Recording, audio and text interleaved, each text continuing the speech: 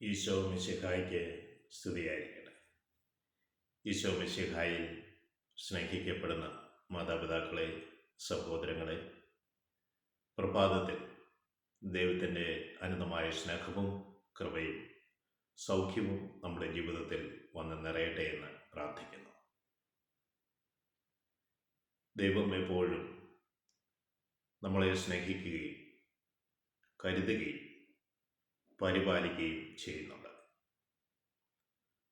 നാം അത് തിരിച്ചറിയുന്നുണ്ട്. തിരുവചനത്തിലൂടെ സന്ദേശങ്ങൾ നമുക്ക് നൽകുമ്പോൾ അത് നമ്മൾക്ക് മാത്രമല്ല, വരും തലമുറകൾക്കും അനുഗ്രഹദായകമാണ്. വിശുദ്ധ പൗലോസ്ലീഹ തിമോഥെയോസിന് എഴുതിയ 1-ാം ലേഖനം 5-ാം അധ്യായം 1-ാം തിരുവചനം നമ്മളെ ഓർമ്മിപ്പിക്കുകയാണ്. പ്രായമായവരെ ശകാരിക്കരുത്. പ്രായമായവരെ ശകാരിക്കരുത്. അവനെ പിതാവിനെ പോലെയും യുവാക്കന്മാരെ സഹോദരന്മാരെ പോലെയും പ്രായം ചെന്ന സ്ത്രീകളെ മാതാക്കളെ പോലെയും യുവതികളെ നിർമ്മലതയോടെ സഹോദരിമാരെ പോലെയും ഉപദേശിക്കുക. തെറ്റുകൾ കാണുമ്പോൾ സ്വാഭാവികമായും അതിനെ മനസ്സുകൊണ്ടോ പ്രവൃത്തി കൊണ്ടോ എതിർക്കുക എന്നുള്ളത് ധാർമ്മികതയാണ്. കാരണം നമ്മുടെ ഉള്ളിൽ സത്യം നിലനിൽക്കണമെന്നും സത്യം എക്കാലവും വിജയിക്കണമെന്നും ഒരു ആഗ്രഹമുള്ളത് കൊണ്ടാണ് തിന്മ കാണുമ്പോൾ അവയെ എതിർക്കാനുള്ള ഒരു അഭിവാഞ്ച നമ്മളിലുണ്ടാവുക. എന്നാൽ അതിനെല്ലാം അടക്കം ആവശ്യമുണ്ട്. പ്രായമായ ഒരുവൻ നമ്മൾക്കിഷ്ടപ്പെടാത്തതോ അവരുടെ പ്രായാധിക്യത്താലും രോഗത്താലും അവർക്കുണ്ടാകുന്ന ചില മാനസികമായ ക്ലേശത്തിൻ്റെ പേരിൽ പലതും പറയുകയും പ്രവർത്തിക്കുകയും ചെയ്യുമ്പോഴും ആ വ്യക്തിയെ നാം മനസ്സിലാക്കണം. ശരീരത്തിൻ്റെ പ്രവണതകൾക്കനുസരിച്ച് ആ മനുഷ്യൻ സംസാരിച്ചെന്നിരിക്കും. പ്രായം ചെന്നവരോട് നമ്മൾ ബഹുമാനപൂർവം അവരോട് സംസാരിക്കണം. അവരെ ശകാരിക്കുകയല്ല വേണ്ടത്. പിതാവിനെ പോലെ കരുതി ചില സ്ഥലത്ത് സ്വാഭിമായി നിന്നുകൊണ്ട് സാഹചര്യത്തിൽ അവരെ ശാന്തതയോടെ തിരുത്തുവാനുള്ള ഉപദേശം കൊടുക്കുവാൻ ശ്രദ്ധിക്കണം. യുവാക്കന്മാരുടെ ഭാഗത്തു നിന്ന് പ്രശ്നങ്ങളുണ്ടാകുമ്പോൾ സ്വന്തം സഹോദരനെ കണ്ടുകൊണ്ട് അവനെ ഉപദേശിക്കുവാൻ നമുക്ക് സാധിക്കണം. എന്ന് പറയുമ്പോൾ ആ സഹോദരൻ്റെ ഭാവിയെ നമ്മൾ മുന്നിൽ കാണും. നന്മയിലേക്ക് നയിക്കപ്പെടുവാനും വിശുദ്ധിയോടെ ജീവിതം ക്രമീകരിക്കാനുള്ള ഒരു ആഗ്രഹം നമ്മുടെ മനസ്സിലുള്ളത് കൊണ്ടാണ് സഹോദരനെ പോലെ കണ്ടുകൊണ്ട് അവനെ ഉപദേശിക്കുക എന്ന് പറയുന്നത്. പ്രായം ചെന്ന സ്ത്രീകളോട് മാതാക്കളെ പോലെ. കാരണം ഒരു അമ്മയും ഒരു മകനും അല്ലെങ്കിൽ അമ്മയും മക്കളും തമ്മിലുള്ള ബന്ധം എന്ന് പറയുന്നത് കെട്ടടങ്ങാത്ത ഒരു ബന്ധമാണ്. അത് ജനന സമയം മുതൽ പൂക്കൾക്കൊടി മുതൽ ജന്മം ആരംഭിക്കുന്ന സമയം മുതൽ മരണവും കാലത്തിനപ്പുറവും നിലനിൽക്കുന്ന ബന്ധമാണത്. അതാണ് തലമുറകൾ വായിച്ചറിയുന്നത്. അവരുടെ ജീവിതമാണ് തലമുറകൾ വായിച്ചറിയുക. സ്നേഹമുള്ളവരെ, നിങ്ങൾ യുവതികളോട് സമീപിക്കുമ്പോൾ നിർമ്മലതയോടെ, അവിടെ ലാഭേച്ഛ ഉണ്ടാകരുത്. നമ്മുടെ മനസ്സ് എപ്പോഴും നിർമ്മലതയിലായിരിക്കണം.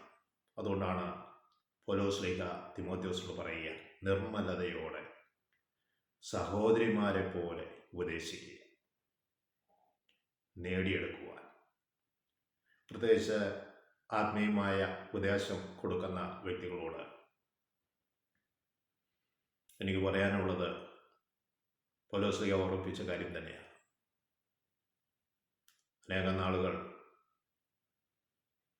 ഏകദേശം 27 വയസ്സ് മുതൽ ഈ സമയം വരെയും, എനിക്കിപ്പോൾ 62 വയസ്സ് കഴിഞ്ഞു, ഈ സമയം വരെയും കർത്താവിൻ്റെ ശുശ്രൂഷകനാകുവാനും അനേകരെ ക്രിസ്തുവിന് വേണ്ടി നേടിയെടുക്കുവാനും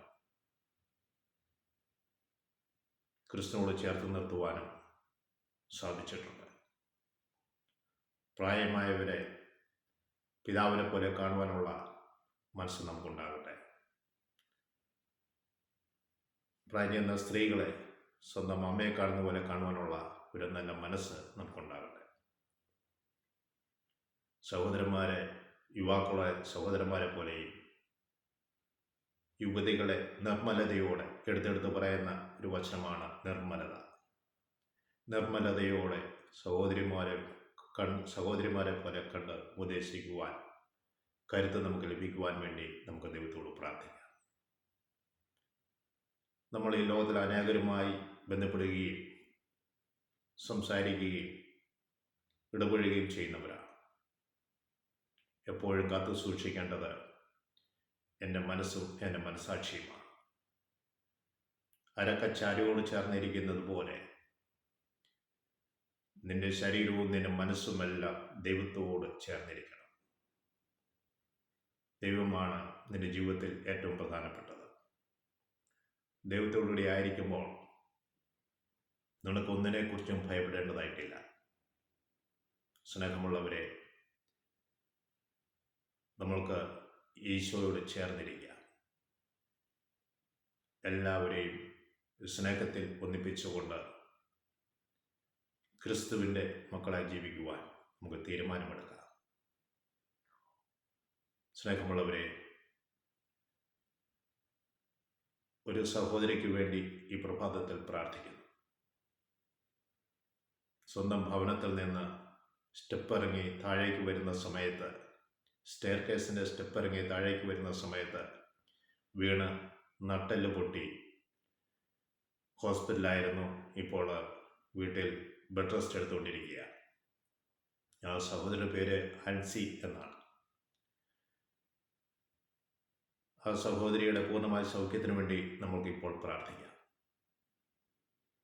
എല്ലാവരും ഒന്ന് എഴുന്നേറ്റ് നിന്ന് നട്ടെല്ല് സംബന്ധമായ രോഗമുള്ളവരെ സമർപ്പിച്ചുകൊണ്ട് നമുക്ക് പ്രാർത്ഥിക്കാം. കരങ്ങൾ ഒന്ന് ഉയർത്തി പ്രാർത്ഥിക്കാം. സ്നേഹനാഥനെ ഈശോയെ, ഇന്ന് ഞങ്ങൾ പ്രാർത്ഥിക്കുന്ന സഹോദരിയുടെ മേൽ നിന്റെ കരുണ വർഷിക്കണമെന്ന് പ്രാർത്ഥിക്കുന്നു. ആ സഹോദരി നട്ടെല്ലിൻ്റെ പൊട്ടൽ പൂർണ്ണമായും സൗഖ്യത്തിലേക്ക് നയിക്കപ്പെടട്ടെ.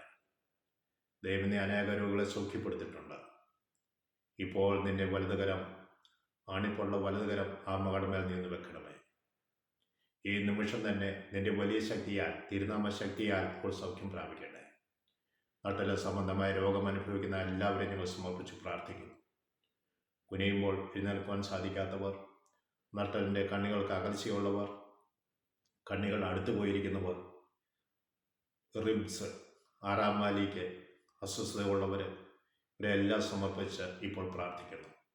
എൻ്റെ ഈശോയെ, ആ സഹോദരിയും ഇതുപോലെ വേദന അനുഭവിക്കുന്നവരെ നീ തൊട്ട് സ്പർശിച്ച് സൗഖ്യപ്പെടുത്തുന്ന നിമിഷത്തെ ഓർത്ത് നന്ദി പറയുന്നു. ഈശോയെ, നിന്റെ കാരുണ്യം ആ മകളിലേക്ക് നീ ഒഴുക്കി അനുഗ്രഹിച്ചതിന് നന്ദി പറയുന്നു. ഈശോയെ നന്ദി, ഈശോയെ സ്തുതി.